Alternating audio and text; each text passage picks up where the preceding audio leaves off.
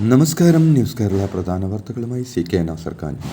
വയനാട് ദുരന്തം അതീവ ഗുരുതര വിഭാഗത്തിൽ കേന്ദ്ര സർക്കാർ ഉൾപ്പെടുത്തിയതായി റിപ്പോർട്ടുകൾ. 2219 കോടി രൂപയുടെ പാക്കേജ് മന്ത്രാലയ സമിതി പരിശോധിക്കുകയാണെന്നും മാർഗനിർദ്ദേശങ്ങൾക്കനുസരിച്ചാകും സഹായധനത്തിൽ തീരുമാനമെന്നും ഗുരുതര സ്വഭാവത്തിലുള്ള ദുരന്തം എന്ന ഗണത്തിലാണ് വയനാട് ദുരന്തത്തെ കേന്ദ്രം ഉൾപ്പെടുത്തിയതെന്നും റിപ്പോർട്ടുണ്ട്.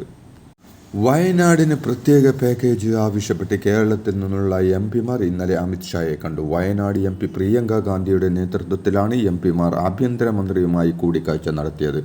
ഇക്കാര്യത്തിൽ എടുത്ത നടപടികൾ ഇന്ന് അറിയിക്കാമെന്ന് അമിത്ഷാ ഉറപ്പു നൽകിയതായി പ്രിയങ്ക ഗാന്ധി വ്യക്തമാക്കി.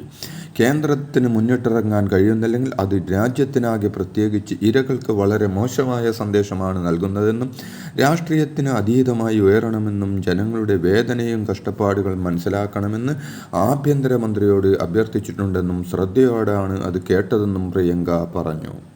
ക്രിമിനൽ കേസുകളിലെ അപ്പീൽ ശിക്ഷ മരവിപ്പിക്കുന്നതിന് പിഴത്തുക കെട്ടിവെക്കണമെന്ന ഉപാധി പാടില്ലെന്ന് വ്യക്തമാക്കി സുപ്രീംകോടതി. ബലാത്സംഗ കേസിലെ ശിക്ഷ മരവിപ്പിക്കാൻ വിചാരണ കോടതി ഉത്തരവിട്ട 50,000 രൂപയുടെ പിഴ കെട്ടിവെക്കാനുള്ള കേരള ഹൈക്കോടതി ഉത്തരവ് സുപ്രീംകോടതി ഭേദഗതി ചെയ്തു.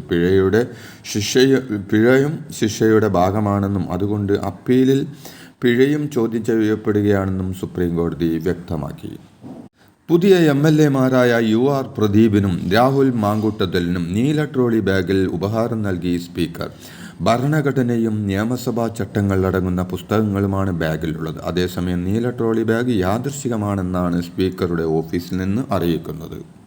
പാസ്പോർട്ടിന് അപേക്ഷിച്ചവരെ ലക്ഷ്യമിട്ട് നടക്കുന്ന പുതിയ തട്ടിപ്പിനെതിരെ ജാഗ്രതാ നിർദ്ദേശവുമായി പോലീസ്. പലതരം വാഗ്ദാനങ്ങളുമായി നിങ്ങളെ തേടിയെത്തുന്ന മെസ്സേജുകളും അവയിലെ ലിങ്കുകളും സൂക്ഷിക്കണമെന്ന് തൃശൂർ സിറ്റി പോലീസ് സാമൂഹിക മാധ്യമങ്ങളിലൂടെ പ്രസിദ്ധീകരിച്ച അറിയിപ്പിൽ പറയുന്നു.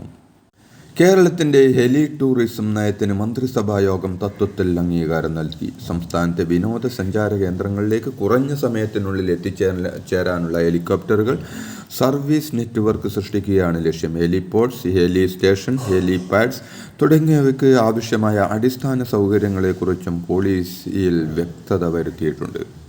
CBSE 9-10 ക്ലാസുകളിലേക്കുള്ള സയൻസ്, സോഷ്യൽ സയൻസ് വിഷയങ്ങളിൽ സ്റ്റാൻഡേർഡ്, അഡ്വാൻസ്ഡ് എന്നീ തലങ്ങളിൽ പരീക്ഷ നടത്താൻ ഉദ്ദേശിക്കുന്നതായി റിപ്പോർട്ട്.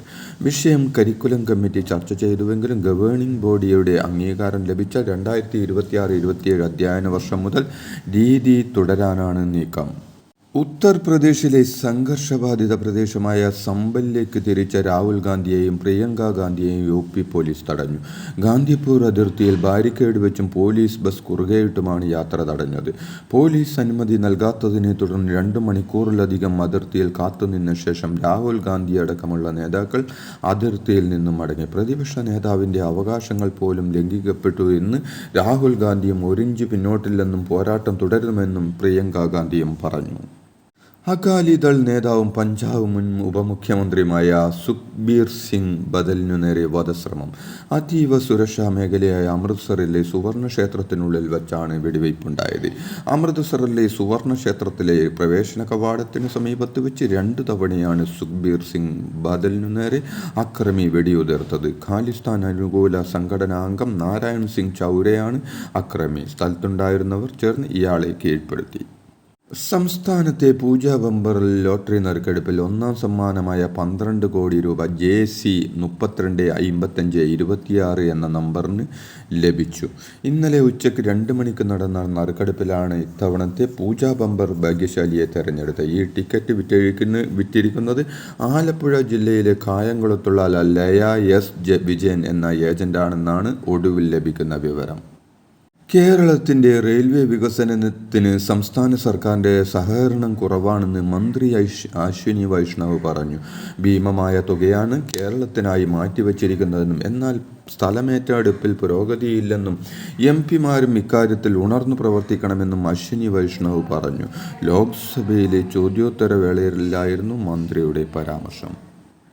ബാങ്ക് അക്കൗണ്ട് ഉടമകൾക്ക് അവരുടെ അക്കൗണ്ടുകളിൽ 4 നോമിനികൾ വരെ ഉണ്ടായിരിക്കാൻ അനുവദിക്കുന്ന ബാങ്കിംഗ് നിയമ ബിൽ ലോക്സഭ പാസാക്കി. ധനമന്ത്രി നിർമ്മല സീതാരാമൻ അവതരിപ്പിച്ച ബിൽ ശബ്ദ വോട്ടോടെയാണ് പാസാക്കിയത്. ബില്ലിന്മേലുള്ള ചർച്ചയ്ക്ക് മറുപടിയായി നിക്ഷേപകർക്ക് തുടർച്ചയായി അല്ലെങ്കിൽ ഒരേ സമയം 4 നോമിനികളെ വരെ നാമനിർദ്ദേശം ചെയ്യാനുള്ള സൗകര്യം ഉണ്ടായിരിക്കുമെന്ന് ധനമന്ത്രി പറഞ്ഞു. പാലക്കാട് നിയമസഭാ മണ്ഡലത്തിൽ നിന്നും വിജയിച്ച കോൺഗ്രസ് നേതാവ് രാഹുൽ മാങ്കൂട്ടത്തിൽ ചേലക്കര നിയമസഭാ മണ്ഡലത്തിൽ നിന്നും വിജയിച്ച CPMന്റെ UR പ്രദീപ് എന്നിവർ MLAമാരായി സത്യപ്രതിജ്ഞ ചെയ്തു ചുമതലയേറ്റു. നിയമസഭാ സ്പീക്കർ AN ഷംസീർ സത്യവാചകം ചൊല്ലിക്കൊടുത്തു. മുഖ്യമന്ത്രിയും പ്രതിപക്ഷ നേതാവും അടക്കമുള്ള നേതാക്കൾ സംബന്ധിച്ചു. രാഹുൽ ആദ്യമായും UR പ്രദീപ് 2ാം തവണയുമാണ് MLA ആകുന്നത്.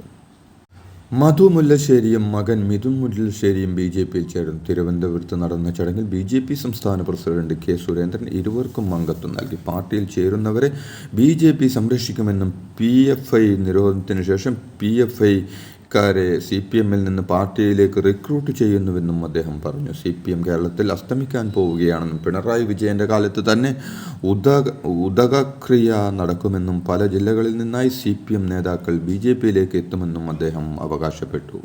ശിശുക്ഷേമ സമിതിയിൽ 2.5 വയസ്സുകാരിയെ ആയമാർ ക്രൂരമായി ഉപദ്രവിച്ച സംഭവത്തിൽ കുറ്റം തെളിയാതിരിക്കാൻ ആയമാർ തെളിവ് നശിപ്പിക്കാനും ശ്രമിച്ചുവെന്ന് റിപ്പോർട്ട്.